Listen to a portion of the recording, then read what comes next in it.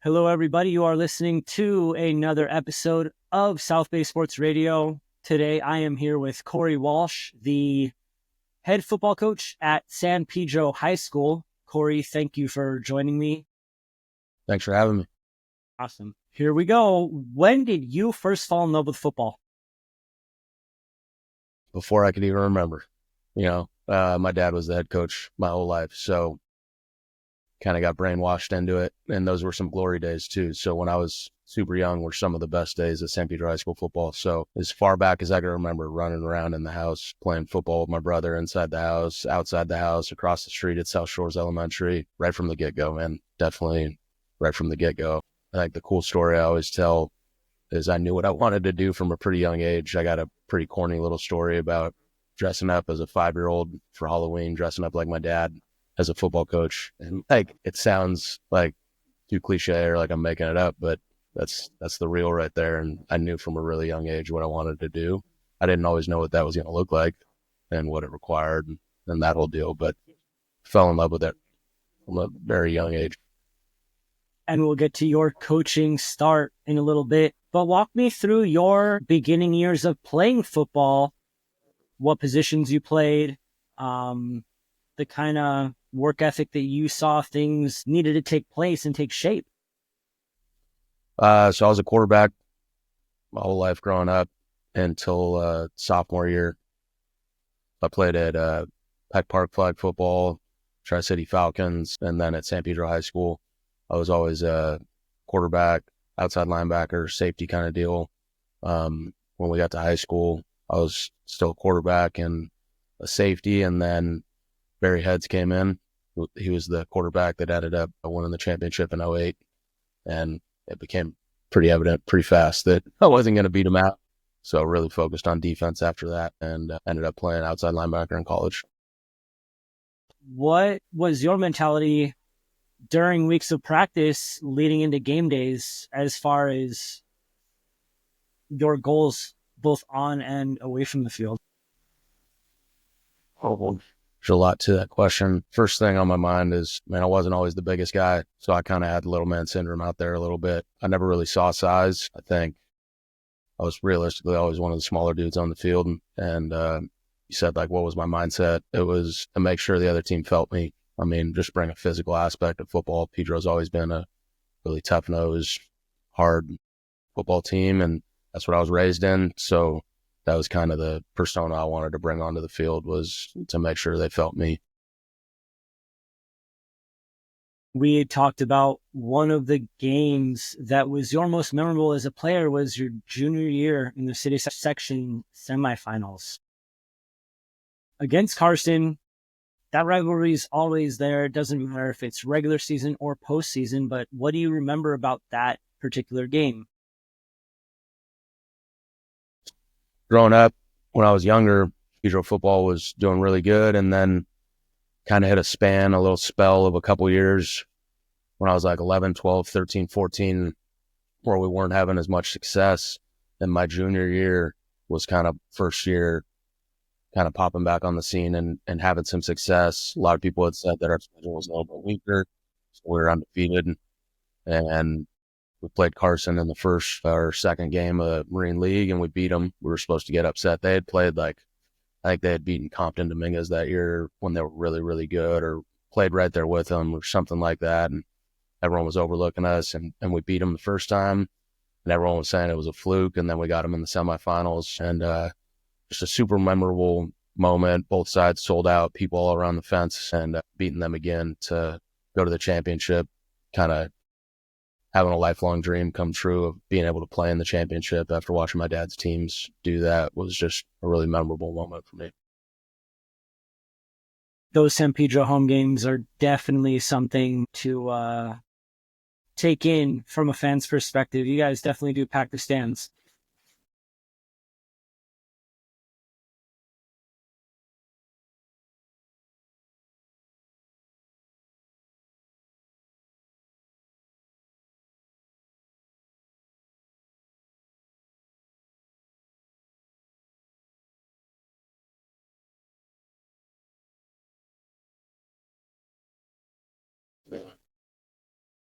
Talking Now about you start, pardon me.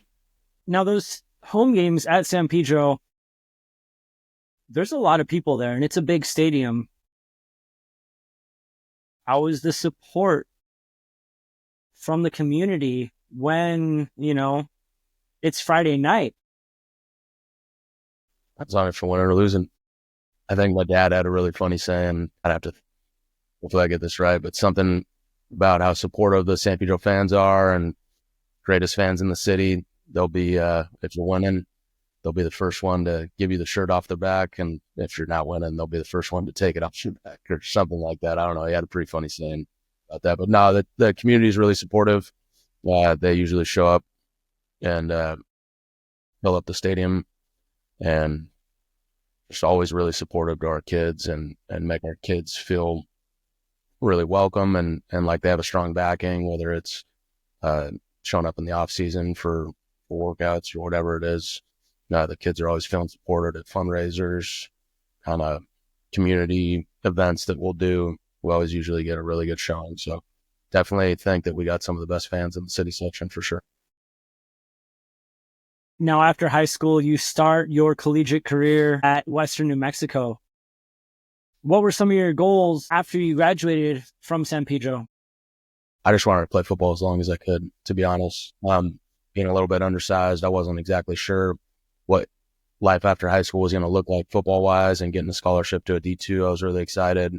And to be honest, it was a little bit of culture shock as a city boy going out into the middle of nowhere, New Mexico, and playing college football. And I didn't really last. I think that's a pretty common thing that I've seen is freshmen really struggle, whether they end up making it or not. A lot of freshmen want to go home right away. And I had a couple buddies up at Willamette University who were having the time of their life. Everything they said was how amazing it was. And I was kind of homesick out in New Mexico and we weren't winning too much. And my guys at Willamette were top 25 in the country for their division and having a great time. So I ended up transferring up there.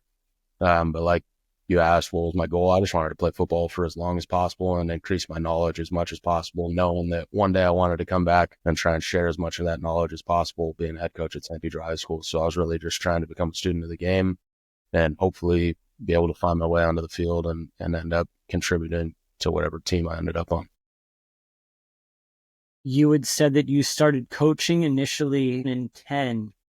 Was there anything that pushed your hand to do it that early? Because you did come back to coach full time in 2016. So I graduated high school in 08, went to New Mexico for a semester. I ended up going up to Willamette and I blew my knee out in the fourth game of the year. Had my leg bent the wrong way, tore my ACL, PCL, MCL, meniscus. It was pretty bad. It was one of those really bad ones you see. I got rolled up. My leg was bent the wrong way. A guy was laying on top of me. It wasn't looking like I was going to be able to play again. So while I was rehabbing back home, I coached that year.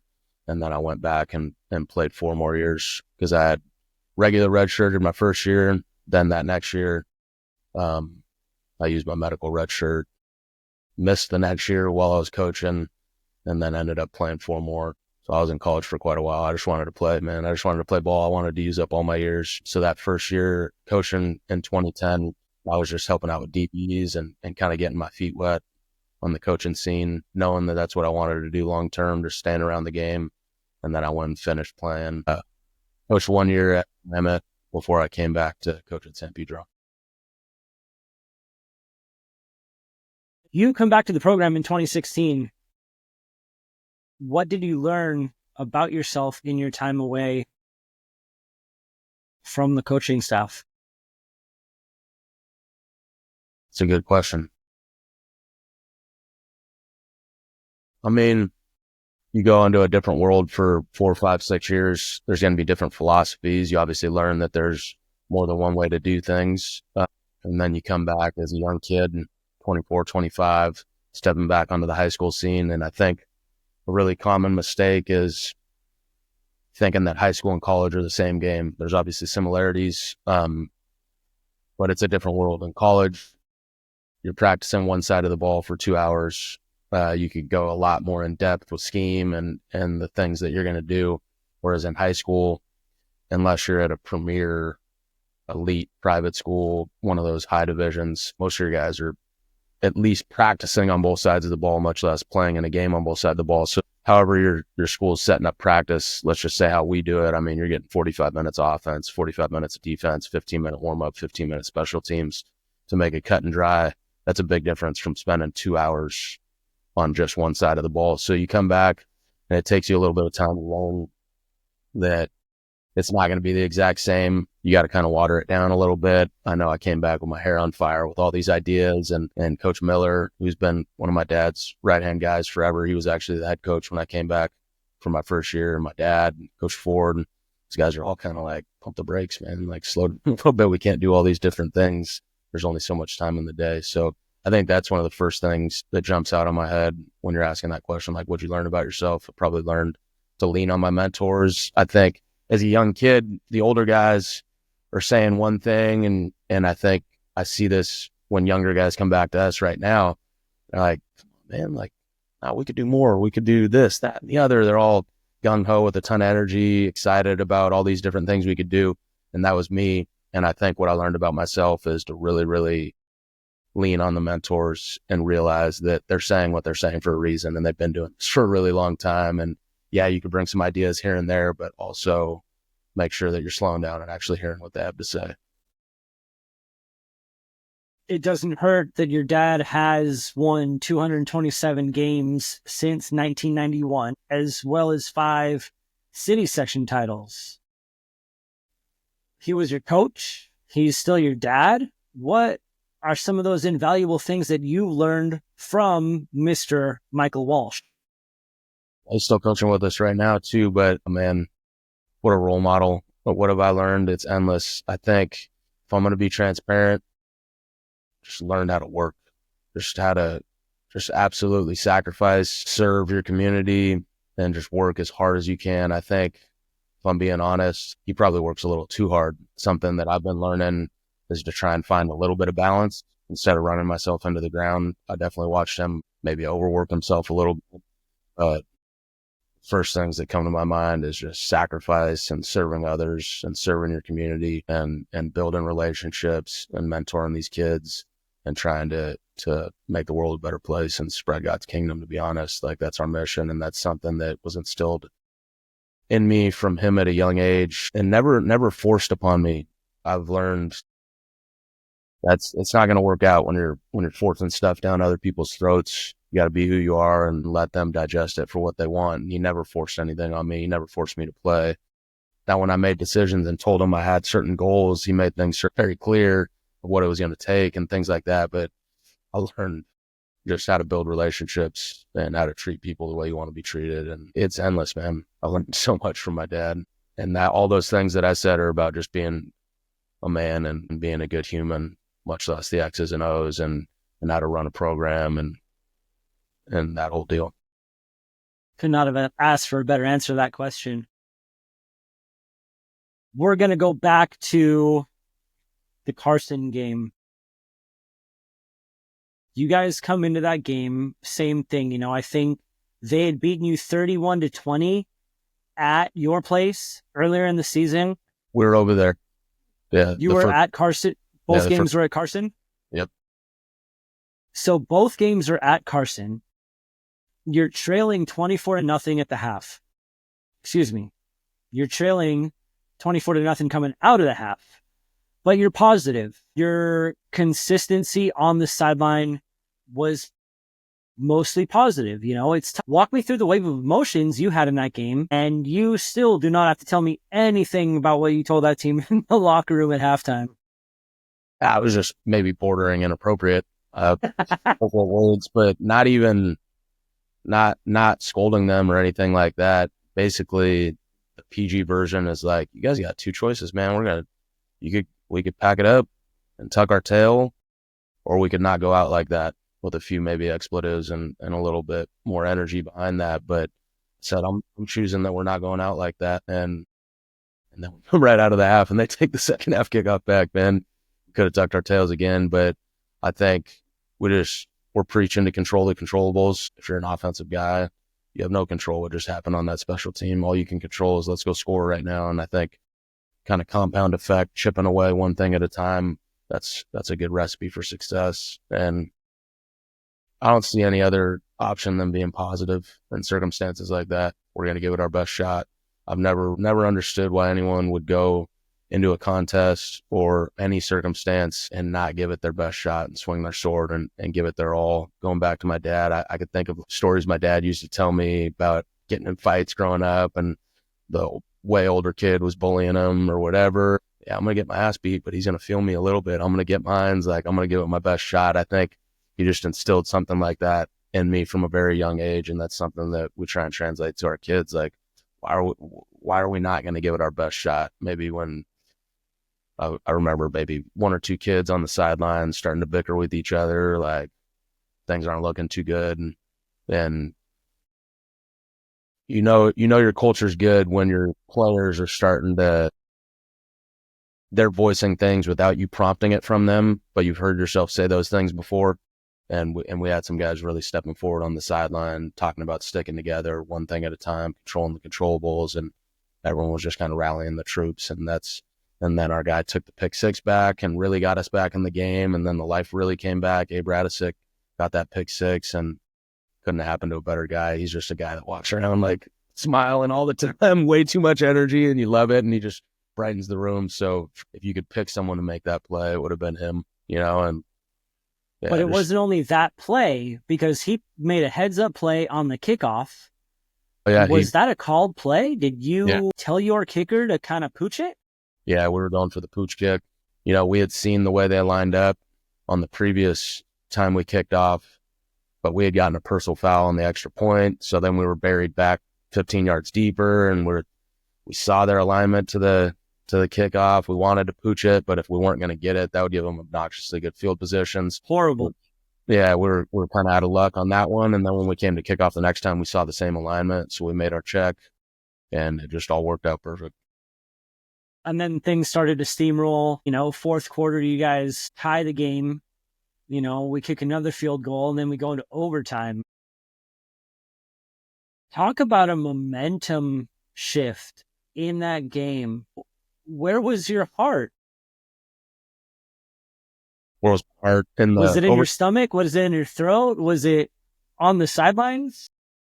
Oh, man, I'm pretty locked in during the game. There's definitely been a game or two over the years where maybe got a little worked up or nervous, but for whatever reason, in that moment, I just felt really locked in. Just the way it all played out, it kind of felt meant to be, and I was pretty calm and poised, and I think that kind of relayed to our kids, and I think they echoed that and mimicked that. And my heart wasn't in my throat or anything like that. We all felt good about where we were at, and just knew we needed to make the plays. Noticed that you're pretty even-keeled, and I admire that. One of your coaches, Dom Costa, mentioned 3 core truths. Please enlighten me as to these, if you don't mind. Yeah, no, that's our 3 pillars. Coach Costa's awesome, man. Coach Costa's a guy that's been around with my dad forever. I'm just like Coach Ford. And there's so many guys that have been around forever that I cannot say how lucky and blessed I am and our program is to have those guys around on a consistent basis. But those three pillars is everything that our program's about. Without these 3 pillars, we would be crumbling, just like a house without a strong foundation. And that's kind of how we explain it from the very beginning. It's something that when we get back in January, it's the first thing we start talking about to our kids. And it kind of sounds like a clinic talk and that whole deal. But at the end of the day, when you're doing this football thing in high school, there's going to be a ton of adversity. And without a strong foundation, when the storm comes, if you're building the house on a sand foundation, when the storm comes, that house ain't going to be there anymore. But if you build it on a strong foundation, you at least got a chance to survive the adversity. So our 3 core pillars is, can I trust you? Do you truly care about me? And are you committed to excellence? I mean, can I trust you is number 1. And you're not going to have any successful relationship in this world if both parties can't check the box off, honestly, that they trust each other. And we want to win championships. That's our first goal every year is to win a championship. But at the end of the day, this thing's a little bit bigger than football and X's and O's for us. It's about teaching these young men how to have successful relationships and go be productive members in our society and go be good daddies one day. I mean, we're fighting the epic battle for the most fatherless generation in the history of the world. You know what I'm saying? So yeah, we want to win championships without a doubt, but I want to make sure that all our guys are going to go be good daddies one day. So can I trust you as a two-way street? It's not just can the coach trust the player, it's can the player trust the coach, can the player trust each other. Just because it says HC next to my name doesn't mean that the player should just automatically trust me. I need to go earn that on a daily basis with consistent repeated actions of doing what I say I'm going to do, earn that trust so that we could check those boxes of, yeah, we trust each other, man. I could trust you to do what you say you're going to do, to be where you say you're going to be when you say you're going to be there.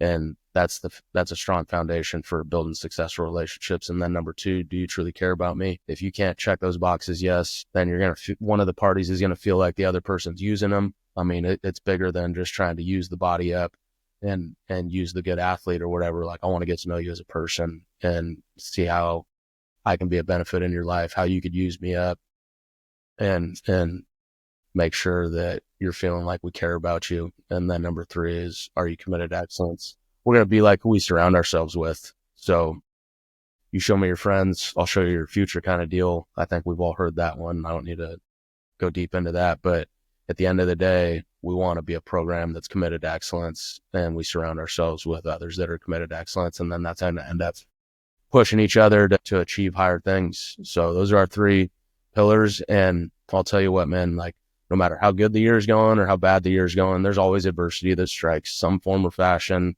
Something bad's going to happen, usually way more than one thing. And, you know, we're all human beings with emotions, and our emotions can get the best of us sometimes. And when you have these three pillars right here, when the adversity strikes and it hits the fan a little bit, you could fall back on these, and it's saved our program multiple times because it's a little bit bigger than football.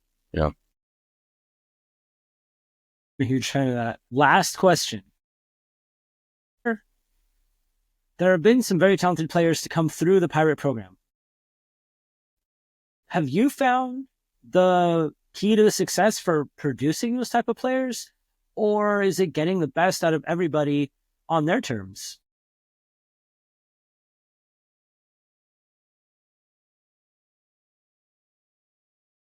that's a pretty open-ended question. So yeah, we feel great about how we develop our kids athletically, emotionally, mentally, spiritually. We're always going to have some guys. We always have one or two really good college prospects, and then a ton of other lower level college prospects that could be really, really good college football players. And I think what I've found is the more that we base everything that we're doing on those three pillars that we just talked about, everything else kind of falls into place.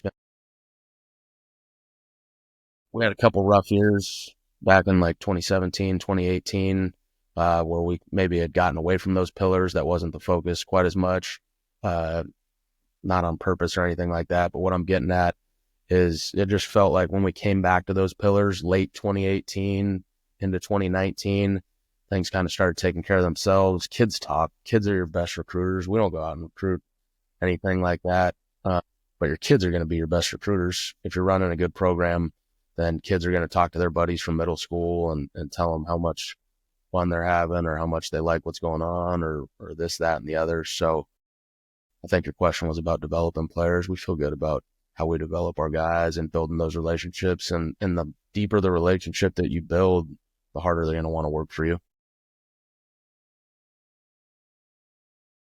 What does somebody like Jamal mean, not just to your high school, but to San Pedro's sports and history?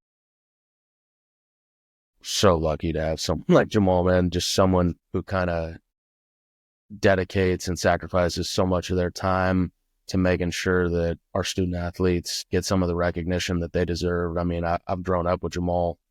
He was maybe 10, 12 years older than me, but I've known him since I was 5, 6, 7 years old. Some of his calls that he does, where he's announcing the games and the stats that he could rattle off and just the recognition that he gives, not just our high school, but the other high schools in town, Port of Los Angeles, Mary Star program, and things like that. We're just so blessed. And I really, really just can't shout him out enough. And I think that he is valued in our community, and I think everyone knows it and everyone loves him. And I don't know too many other places that have someone like a Jamal, so we're just so blessed and happy. And every time he walks into the office, it just brightens your day, and he'll rattle a few stats off, whether it's about the Dodgers or whatever. And it just makes you smile and love it, man. It just brightens the room every time he walks in. Beautiful. I love that. All right. I've got 5 questions and something open-ended for you. Your favorite football movie? Oh, man. Yeah, that's good. Rudy, for sure. Probably seen Rudy a million times. Friday Night Lights when I was growing up. Those two are the ones that jump out at me. I mean, I think Remember the Titans or something like that. It's got to be on there for sure. But Rudy and Friday Night Lights definitely gave me a certain kind of vibe, but a special kind of feel when I was growing up. One NFL team has to go. I don't watch any NFL. I'll spitball something for you just to do it for you. But man, I don't watch. I'm so busy on the weekends prepping that I hardly watch any. NFL teams got to go.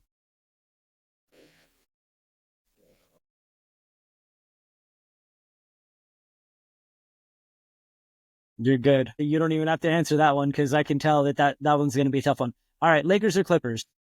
Lakers. Definitely Lakers all the way. Star Trek, Star Wars? Star Wars. Shohei Ohtani, Freddie Freeman? Yeah, Shohei, for sure. Shohei's what a unique talent. That guy's pretty special. He's a unicorn. Yeah, really is. This one, hoping that I can get some love in San Pedro. What are your favorite food spots? Okay. Yeah, Sandwich Saloon right down the street is a classic. They've got some really, really good different things to choose from too, some variety, and they're always really supportive of the program. Busy Bee, obviously, is big time. Pranos is right up the street from my parents' house, so that's like a go-to when I was growing up. They're really supportive and always just really polite and nice when you go in there. So those are some of the main ones off the top of my head. Beautiful. Coach, I appreciate your time. You've been amazing. I look forward to doing this more in the future. I appreciate you giving me the opportunity to be on. I appreciate you giving me the opportunity to pick your brain, Corey. Thank you again. All right, brother. Take